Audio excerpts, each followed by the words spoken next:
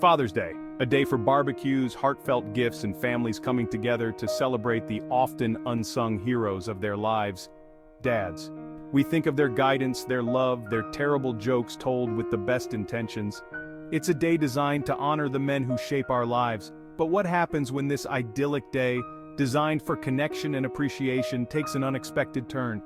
What happens when the best intentions pave the way not to heartwarming moments but to family drama? The truth is, families are complex organisms. They are networks of individuals, each with their own history, expectations, and sensitivities. Even small misunderstandings can escalate like a spark igniting dry tinder. Father's Day, with its inherent emotional weight, can be a particularly volatile time.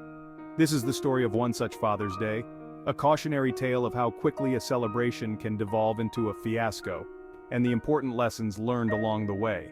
It's a reminder that even in the most loving families, navigating relationships requires a delicate balance of understanding, flexibility, and a healthy dose of humor. The Miller family was a textbook example of a happy family. They were close-knit, supportive, and always up for a good time. For Father's Day, Sarah, the eldest daughter, had planned a picture-perfect celebration for her father, John. John, a man who cherished simple pleasures, had always dreamed of a family fishing trip to a secluded lake nestled high in the mountains. Sarah, ever the meticulous planner, had booked a cozy cabin overlooking the lake.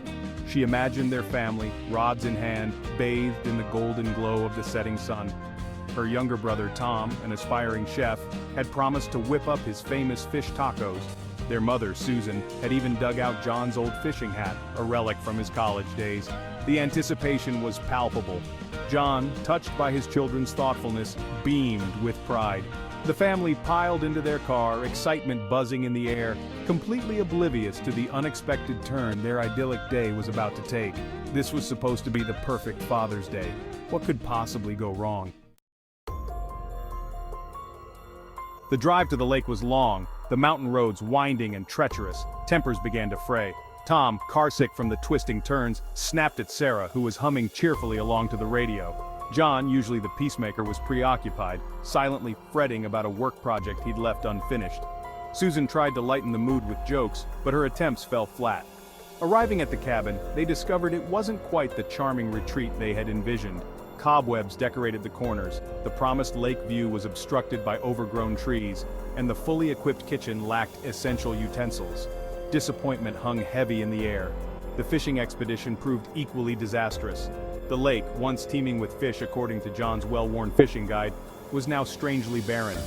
Hours passed under the relentless sun, with not even a nibble. John, his patience wearing thin, snapped his fishing rod in frustration, the sharp crack echoing through the silent air. The picture-perfect Father's Day was rapidly unraveling. The car ride back was tense, the earlier excitement replaced by a suffocating silence.